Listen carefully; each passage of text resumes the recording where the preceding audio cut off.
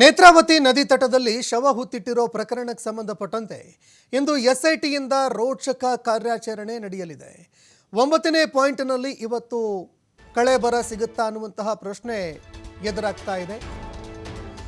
9ನೇ ಪಾಯಿಂಟ್ನಲ್ಲಿ ಸಿಕ್ಕೇ ಸಿಗುತ್ತಾ ಕಳೆಬರದ ರಾಶಿ ಅನ್ನುವಂತಹ ಪ್ರಶ್ನೆ ಎದುರಾಗ್ತಾ ಇದೆ. 8ನೇ ಪಾಯಿಂಟ್ನ ಪೈಕಿ ಕೇವಲ ಒಂದರಲ್ಲಿ ಅವಶೇಷ ಮಾತ್ರ ಸಿಕ್ತು. 8 ಪಾಯಿಂಟ್ಗಳಲ್ಲಿ ಸಮಾಧಿಗಳನ್ನು ಅಗೆಯುವಂತಹ ಕಾರ್ಯ ನಡೀತು. ಆದರೆ 8 ಪಾಯಿಂಟ್ಗಳ ಪೈಕಿ ಕೇವಲ ಒಂದರಲ್ಲಿ 6ನೇ ಪಾಯಿಂಟ್ನಲ್ಲಿ ಮಾತ್ರ ಅವಶೇಷ ಸಿಕ್ತು. ಹೀಗಾಗಿ 9ನೇ ಪಾಯಿಂಟ್ನತ್ತ ಇಡೀ ರಾಜ್ಯದ ಚಿತ್ತ ನೆಟ್ಟಿದೆ. 9ನೇ ಪಾಯಿಂಟ್ನಲ್ಲಾದರೂ ಕಳೆಬರ ಸಿಗುತ್ತಾ ಅನ್ನೋ ಪ್ರಶ್ನೆ ಎದುರಾಗ್ತಾ ಇದೆ. ಇನ್ನು ಸ್ಪಾಟ್ 6ರಲ್ಲಿ ಸಿಕ್ಕಿದ್ದಂತಹ ದೇಹದ 25 ಮೂಳೆಗಳ ಅವಶೇಷಗಳನ್ನು ತಮ್ಮ ವಶಕ್ಕೆ ಪಡೆದುಕೊಂಡಿದ್ದಾರೆ ಅಧಿಕಾರಿಗಳು. ನೇತ್ರಾವತಿ ನದಿ ತೀರದ ಪಾಯಿಂಟ್ 9ರತ್ತ ಎಲ್ಲರ ಚಿತ್ತ ನೆಟ್ಟಿದೆ. ಪಾಯಿಂಟ್ 9ರ ಬಳಿಕ ಎಲ್ಲದರಲ್ಲೂ ಕಳೆಬರ ಸಿಗುವಂತಹ ವಿಶ್ವಾಸ ಕೂಡ ವ್ಯಕ್ತಪಡಿಸಲಾಗ್ತಾ ಇದೆ. ಕಳೆಬರ ಸಿಕ್ಕೇ ಸಿಗುವ ವಿಶ್ವಾಸದಲ್ಲಿ ದೂರುದಾರ ಇದ್ದಾನೆ. ಯಾಕಂದರೆ ಇದೆಲ್ಲವೂ ಕೂಡ ರಸ್ತೆ ಪಕ್ಕದಲ್ಲೇ ಇರುವಂತಹ ಪಾಯಿಂಟ್ಗಳು. ರಸ್ತೆ ಪಕ್ಕದಲ್ಲೇ ಇರುವಂಥದ್ದು ಒಂದು ಕಡೆ ಆದರೆ, ಮತ್ತೊಂದೆಡೆ ಇಲ್ಲಿ ನದಿ ನೀರು ಬರೋದಿಲ್ಲ. ಅಂದರೆ ನದಿ ತಟ ಏನಿದೆ ಅದರಿಂದ ಸ್ವಲ್ಪ ದೂರ ಇದೆ. ಹೆದ್ದಾರಿ ಏನಿದೆ, ಹೆದ್ದಾರಿಯ ಪಕ್ಕದಲ್ಲೇ ಇರುವಂತಹ ಜಾಗ ಇದು. ಒಂದರ ಪಕ್ಕದಲ್ಲಿ ಮತ್ತೊಂದು ಇದೆ ಅನ್ನೋ ಮಾಹಿತಿ ಲಭ್ಯವಾಗ್ತಾ ಇರೋದ್ರಿಂದಾಗಿ ಇಲ್ಲಿ ಕಳೆಬರ ಸಿಕ್ಕೇ ಸಿಗತ್ತೆ ಅನ್ನುವಂತಹ ಮಾಹಿತಿಗಳು ಲಭ್ಯವಾಗ್ತಾ ಇದೆ. ರಸ್ತೆ ಪಕ್ಕದಲ್ಲೇ ಇರುವಂತಹ ಪಾಯಿಂಟ್ ನಂಬರ್ 9ರಲ್ಲಿ ಇವತ್ತು ಉತ್ಖನನ ನಡೆಯುತ್ತೆ. ದೂರುದಾರನ ವಿಶ್ವಾಸದ ಬೆನ್ನಲ್ಲೇ ಎಸ್ಐಟಿ ಅಧಿಕಾರಿಗಳು ಇವತ್ತು ತಯಾರಾಗ್ತಾ ಇದ್ದಾರೆ. ಎಲ್ಲ ರೀತಿಯಾದಂತಹ ತಯಾರಿ ಮಾಡಿಕೊಂಡು ಎಸ್ಐಟಿ ಅಧಿಕಾರಿಗಳು ಇವತ್ತು ಉತ್ಖನನಕ್ಕೆ ಮುಂದಾಗ್ತಾ ಇದ್ದಾರೆ. 9ನೇ ಪಾಯಿಂಟ್ನಲ್ಲಿ ಕಳೆಬರ ಸಿಕ್ಕೇ ಸಿಗುತ್ತೆ ಅನ್ನುವಂತಹ ವಿಶ್ವಾಸದಲ್ಲಿ ದೂರುದಾರ ಇದ್ದಾನೆ. ಇಲ್ಲಿ ನಾವು ಗಮನಿಸಬೇಕಾಗಿರುವಂತಹ ಮತ್ತೊಂದು ವಿಚಾರ ನೋಡಿ, ಆ ಒಂದು ಕಳೆಬರ ಹೂತಾಕೋದಕ್ಕೆ ಶವ ಹೂತಾಕಿ ಎಷ್ಟು ವರ್ಷಗಳಾಗಿದೆ, ಏನು ಎತ್ತ, ಈ ಒಂದು ಆಧಾರದ ಮೇಲೆ ಶವ ಸಿಗತ್ತಾ ಇಲ್ವಾ ಆ ಒಂದು ಕಳೆಬರ. ಯಾಕಂದರೆ ಬಹಳಷ್ಟು ದಿನಗಳಾಗಿದ್ದರೆ, ವರ್ಷಾನುವರ್ಷಗಟ್ಟಲೆ ಆಗಿದ್ದರೆ ಆ ಒಂದು ಜಾಗವನ್ನು ನೆನಪಿಡುವಂಥದ್ದು ತುಂಬ ಕಷ್ಟ ಆಗುತ್ತೆ. ಅದರಲ್ಲೂ ಈ ಕಾಡು ಪ್ರದೇಶ ಏನಿದೆ ಇಲ್ಲಿ ಎಕ್ಸಾಕ್ಟಾಗಿ ಇದೇ ಲೊಕೇಶನ್ನು ಅನ್ನುವಂಥದ್ದನ್ನು ಪತ್ತೆ ಹಚ್ಚೋದಕ್ಕೆ ಸಾಕಷ್ಟು ಕಷ್ಟ ಆಗತ್ತೆ. ಯಾಕಂದರೆ ಆ ಕಾಡು ಪ್ರದೇಶ ಸಾಕಷ್ಟು ಗಿಡ ಗಂಟೆಗಳು ಬೆಳೆದಿರ್ತವೆ. ಅದರ ನಡುವೆ ಎಲ್ಲ ಕಡೆ ಒಂದೇ ರೀತಿ ಕಾಣೋದ್ರಿಂದ ಆ್ಯಕ್ಯುರೇಟಾಗಿ ಇಲ್ಲೇ ಇತ್ತು ಅನ್ನುವಂಥದ್ದನ್ನು ನೆನಪಿಡೋದು ಸ್ವಲ್ಪ ಕಷ್ಟ ಆಗತ್ತೆ.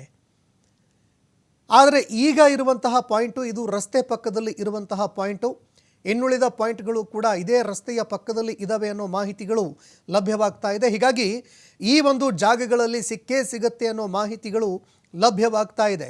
ಇದರ ಜೊತೆಗೆ ಕಳೆಬರ ಸಿಗೋದಿಲ್ಲ, ಶವಗಳ ಒಂದು ಅವಶೇಷಗಳು ಸಿಗೋದಿಲ್ಲ ಅಂತ ನಾವು ಅಲ್ಲಗಳೆಯೋದಕ್ಕಾಗಲ್ಲ.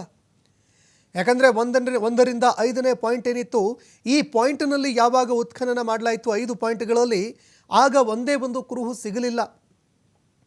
ಇದೇ ಕಾರಣಕ್ಕಾಗಿ ಎಲ್ಲೋ ಒಂದೆಡೆ ಏನೋ ಇರದೇನೂ ಇರಬಹುದು, ಅಂತೆ ಕಂತೆಗಳ ನಡುವೆ ಎಲ್ಲೋ ಒಂದೆಡೆ ಸುಳ್ಳಿರಬಹುದು ಅನ್ನುವಂತಹ ಮಾತುಗಳು ಕೂಡ ಕೇಳಿಬರ್ತಾ ಇತ್ತು. ಆದರೆ 6ನೇ ಪಾಯಿಂಟ್ನಲ್ಲಿ ಯಾವಾಗ ಕಳೆಬರ ಸಿಗುತ್ತೋ ಆಗ ಈ ಒಂದು ಪ್ರಕರಣಕ್ಕೆ ಸಾಕಷ್ಟು ಬಲ ಬಂತು. ಇದೇ ಕಾರಣಕ್ಕಾಗಿ ಆ ವ್ಯಕ್ತಿ ಎಲ್ಲೇ ತೋರಿಸಿದ್ರೂ ಕೂಡ ಈಗ ಉತ್ಖನನ ಮಾಡಲೇಬೇಕಾದಂತಹ ಪರಿಸ್ಥಿತಿ ಎಸ್ಐಟಿ ಅಧಿಕಾರಿಗಳ ಮುಂದೆ ಎದುರಾಗ್ತಾ ಇದೆ. ಯಾಕಂದರೆ ಸಾಕಷ್ಟು ವರ್ಷಗಳಾಗಿರೋದ್ರಿಂದ ಆ ಒಂದು ಶವಗಳನ್ನು ಹೂತಿಟ್ಟಿರುವಂತಹ ಜಾಗ ಯಾವುದು ಅನ್ನುವಂಥದ್ದನ್ನು ಗುರುತು ಮಾಡೋದು ಸ್ವಲ್ಪ ಕಷ್ಟ ಆಗುತ್ತೆ ದೂರುದಾರನಿಗೆ. ಹೀಗಾಗಿ ಇನ್ನುಳಿದಂತಹ ಪಾಯಿಂಟ್ಗಳಲ್ಲಿ ಉತ್ಖನನ ನಡೆಯುತ್ತೆ. 9ನೇ ಪಾಯಿಂಟ್ನಲ್ಲಿ ಕಳೆಬರ ಸಿಕ್ಕೇ ಸಿಗತ್ತೆ ಅನ್ನುವಂತಹ ವಿಶ್ವಾಸದಲ್ಲಿ ದೂರುದಾರ ಕೂಡ ಇದ್ದಾನೆ. ಅಧಿಕಾರಿಗಳೂ ಕೂಡ ಸಿಕ್ಕೇ ಸಿಗತ್ತೆ ಅನ್ನುವಂತಹ ಭರವಸೆಯಲ್ಲಿ ಇದ್ದಾರೆ.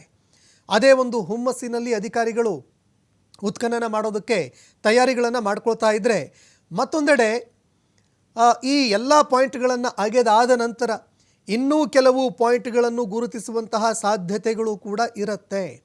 ಅಥವಾ ಅದರ ಅಕ್ಕಪಕ್ಕದಲ್ಲಿ ಬೇರೆ ಬೇರೆ ಜಾಗಗಳನ್ನು ಗುರುತು ಮಾಡಿ ಉತ್ಖನನ ಮಾಡುವಂತಹ ಸಾಧ್ಯತೆಗಳು ಕೂಡ ಇರುತ್ತೆ. ಅದನ್ನು ಅಲ್ಲಗಳೆಯೋದಕ್ಕಾಗಲ್ಲ. ಯಾಕಂದರೆ ಎಲ್ಲ ಪಾಯಿಂಟ್ಗಳಲ್ಲಿ ಕಳೆಬರ ಸಿಗದೇ ಇದ್ದಿದ್ದರೆ ಆಗ ಎಲ್ಲೋ ಒಂದೆಡೆ ಇದನ್ನು ತಳ್ಳಿ ಹಾಕಬಹುದಾಗಿತ್ತು. ಈಗ ಕಳೆಬರ ಸಿಕ್ಕಿರೋದ್ರಿಂದಾಗಿ ಆರೋಪ ತಳ್ಳಿ ಹಾಕೋದಕ್ಕಾಗಲ್ಲ.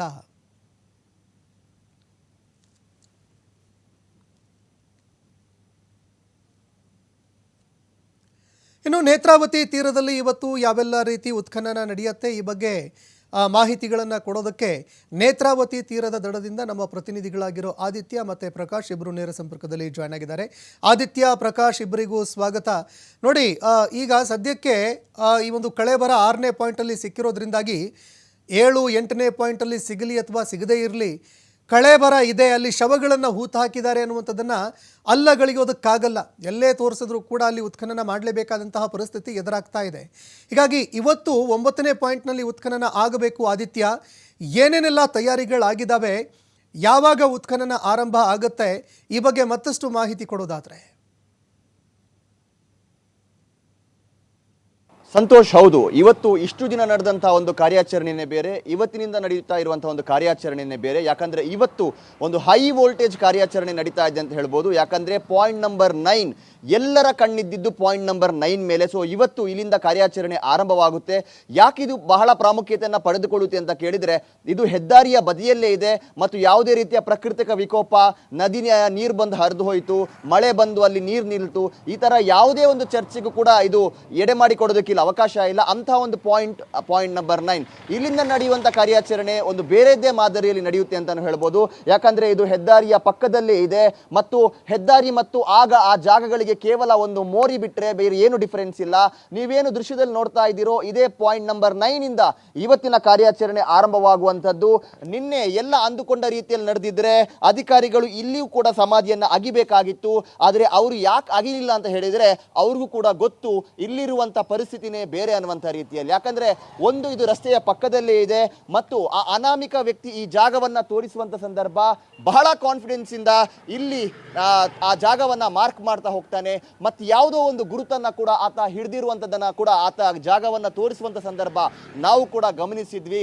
ಇಲ್ಲಿ ಸರತಿ ಸಾಲಿನಲ್ಲಿ point number 9, point number 10, point number 11, point number 12 ಒಂದೇ ಲೈನಲ್ಲಿ ಇರುವಂಥದ್ದನ್ನು ಕೂಡ ಗಮನಿಸಬಹುದು ಸಂತೋಷ್. ಹಾಗಾಗಿ ಇವತ್ತಿನ ಕಾರ್ಯಾಚರಣೆ ಅನ್ನುವಂಥದ್ದು ಬಹಳ ಪ್ರಾಮುಖ್ಯತೆಯನ್ನು ಪಡೆದುಕೊಂಡಿದೆ. ನೇತ್ರಾವತಿ ನದಿ ಬದಿಯಲ್ಲಿ ಇದಿಲ್ಲ, ಇದು ಹೆದ್ದಾರಿ ಪಕ್ಕದಲ್ಲೇ ಇರುವಂಥದ್ದು ಸಂತೋಷ್. ಧನ್ಯವಾದಗಳು ಆದಿತ್ಯ, ಮತ್ತೆ ನಿಮ್ಮನ್ನು ಸಂಪರ್ಕಿಸ್ತೀವಿ. ಇನ್ನು ಈ ಒಂದು ಪ್ರಕರಣಕ್ಕೆ ಸಂಬಂಧಪಟ್ಟಂತೆ ಈವರೆಗೆ ಇದ್ದಂತಹ ಅಂತೆ ಕಂತೆಗಳ ಹೊರತಾಗಿಯೂ ಕೂಡ ಸಿಕ್ಕೇ ಸಿಗುತ್ತೆ ಅನ್ನುವಂತಹ ಒಂದು ಆತ್ಮವಿಶ್ವಾಸ ವ್ಯಕ್ತಪಡಿಸಲಾಗಿದೆ.